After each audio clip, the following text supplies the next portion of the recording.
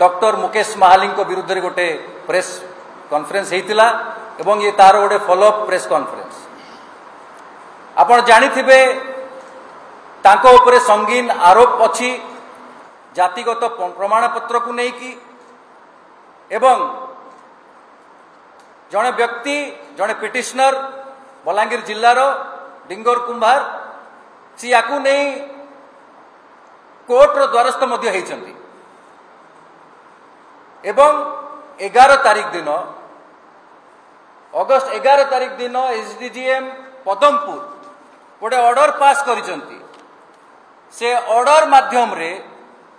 या कुआ जाइछि आईआईसी पदमपुर को कि तांको नारे एतला रुजु करा जाऊ एफआईआर तांको नारे रजिस्टर करा जाऊ बोली Padampur SDGM honourable SDGM Padampur order करि सारिसंती एवं कहिसंती मासे भितरे केस रुजु करी तार इन्वेस्टिगेशन करी रिपोर्ट सबमिट करिया पई आज 26 तारीख 15 दिन हो गलानी किंतु ए ऑर्डर उपरे किछि कार्यानुष्ठान नहीं नाहंती पदमपुर आईआईसी मंत्री कोन आईन उपरे जो दल किछि दिन तले 130th अमेंडमेंट आनिकी कहूतिले जे प्रधानमंत्री मुख्यमंत्री समस्त को अंतर्भुक्त करिवे आईन रो कटघरे रे ठिया करिवे किंतु ताको निज सरकार रे जने मंत्री ताको नारे जो बली अभियोग आसिलानी कोर्ट मध्य ऑर्डर कलानी ताको नारे एतला रुजु करिया पाई ताको नारे केस रजिस्टर हे पारु नाही आम प्रश्न जदि गोटे मंत्री ताको मंत्री पद पर थिबे एवं ताको नारे जदि एसडीजीएम को अवमानना करूचंती आईआईसी एवं मंत्री को डर रे एफआईआर मध्य करूनाहांती ये केते दूर ठीक ओडिशा राज्य रे जने आदिवासी मुख्यमंत्री अछंती तांको दल कहउचंती से बहुत स्वच्छ बहुत निरीह तांको मंत्रिमंडल को एई भली मंत्री माने अछंती जो मंत्री मान ऊपर संगीन अभियोग थिला मध्ये से तांको चौकी छाड़ू नाहांती मुख्यमंत्री भी तांको विदा करू नाहांती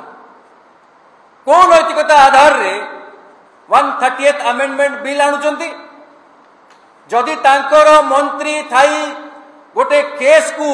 गोटे इन्वेस्टिगेशन को प्रभावित करि पारुचंती एवं आज पर्यंत केस रुजु होई पारुनी एसडीजीएम को ऑर्डर परे ताहले आगामी दिन रे ये केस रफा दफा भी हे जिवो काहू जणा भी पड़िबनी गणमाध्यम आपण हला चतुर्थ स्तंभ आपण माध्यम रे ये सरकार को एवं खास करी मुख्यमंत्री को आमे सूचेदा पे चाहूं जे आपण कैबिनेट रे जने व्यक्ति अछंती जो व्यक्ति डेमोक्रेसी रो मंदिर रे गोटे महिला बाचस्पति को सामना रे जो ओली भाषा अभाषा कहितिले ताकू खाली ओडिशावासी नुह सारा भारत वर्ष देखी मते बेसी कष्ट लगुच कारण मु भी बलांगीर जिल्ला रु आसे एवं से व्यक्ति मध्य आम बलांगीर जिल्लार लुईसिंगा निर्वाचन मंडली रु जीतिकी एमएलए होकी तापर मंत्री होइचंती तांको नारे जो अभियोग जे जातिगत प्रमाणपत्र मिथ्या एवं आमे जो अभियोग करितिलु सेही आधार रे से पिटिशनर कर जो कोर्ट रे सबमिशन थिला सेही आधार रे एसडीजीएम ऑनरेबल एसडीजीएम पदमपुर निर्देश देइचंती याकु तुरंत तदंत करा जाऊ एवं एफआईआर रजिस्टर करिकी तदंत करी रिपोर्ट दिया जाऊ मासे भितरे आपण माने जानिथिबे ओडिशा रे जेबेठु बीजेपी सरकार आसिलानी लॉ एंड ऑर्डर रो सिचुएशन कोन अछि एडा भलो भाबे समस्त को जणा एवं एई जो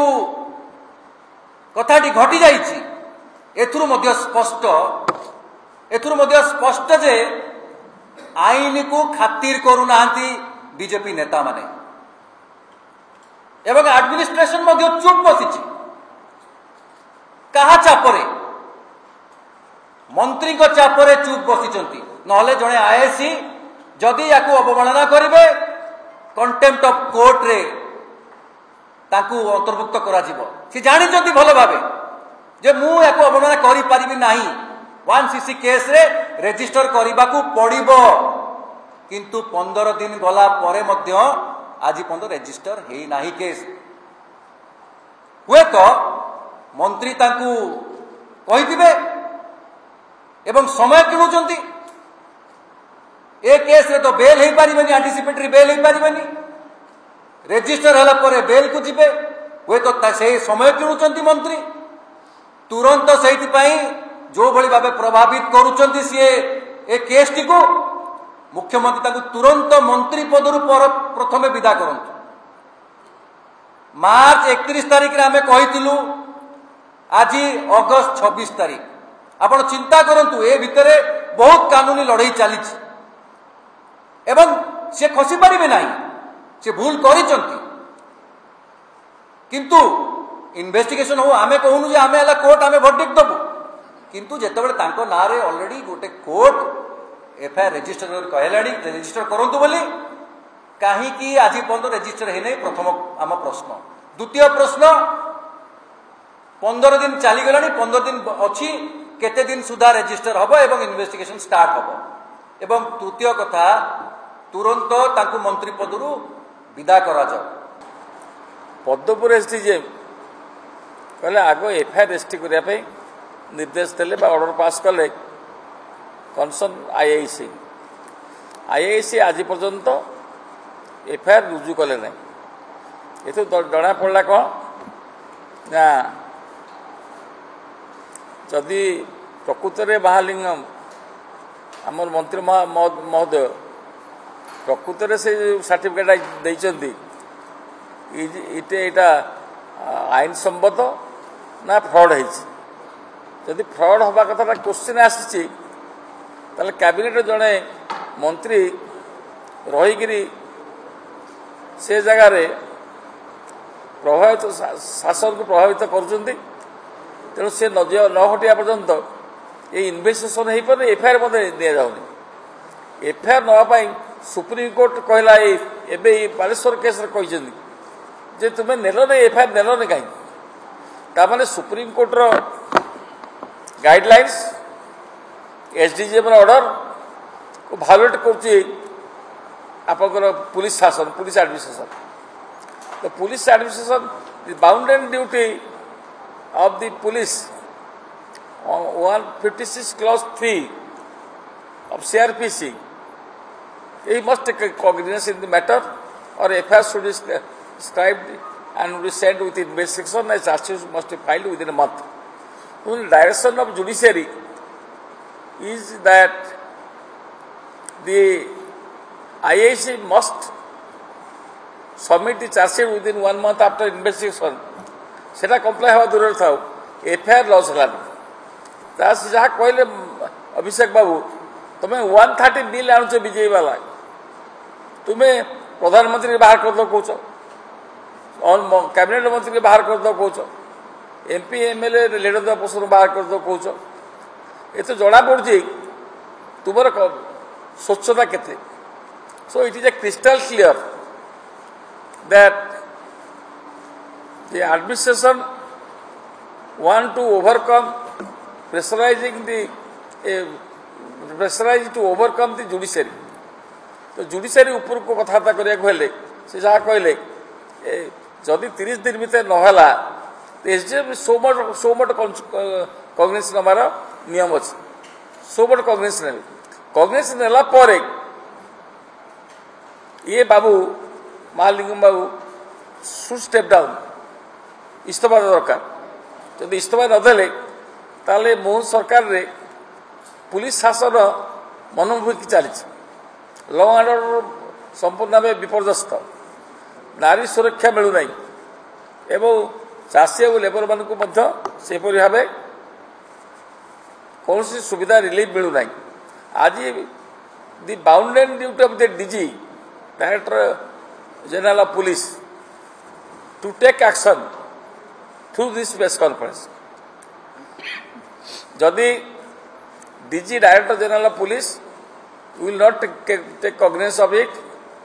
and he also should suspend the IAC ता जदि न करि परिबे ताले निश्चित भावे in matter will be taken to the judiciary and content proceedings should be done against the person concerned. तेणु मोर आज अनुरोध होची आपण मान जरिया I call upon the Director General of Police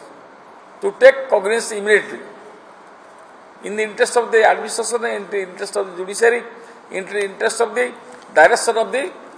SDGM Padampur. तेणु आज मो सागर जो मैंने अच्छा ऋषिकांत बाबू हाइकोर्टर वकिल अच्छा आमर भाई आमर विभू विभू बाबू अच्छा तेणु आप समस्ते ये जो प्रेस कॉन्फ्रेंस है आप जरिया आम डिमांड करूँ मोहन माझी की immediately ask his cabinet minister to step down from the chair in the interest of judiciary, interest of justice. ता नहले ये प्रहसन करी 130 बिलियन धमकिया पे जो करछंती ता विरुद्ध रे गण आंदोलन निश्चित भावे सारा भारत वर्ष हो एवं it is a one bright example that A example रे जणा पड़छि एमाने पिक एंड चूज करी एक्शन देबे 130 बिलियन. आम गण उपस्थित अच्छा प्रदेश कांग्रेस वरिष्ठ नेता वरिष्ठ आईनजीवी शिवानंद राय महोदय एवं मोर साथी प्रदेश कांग्रेस कमिटी मुखपात्र अभिषेक महानंद एवं अन्यतम मुखपात्र विभूति महापात्र.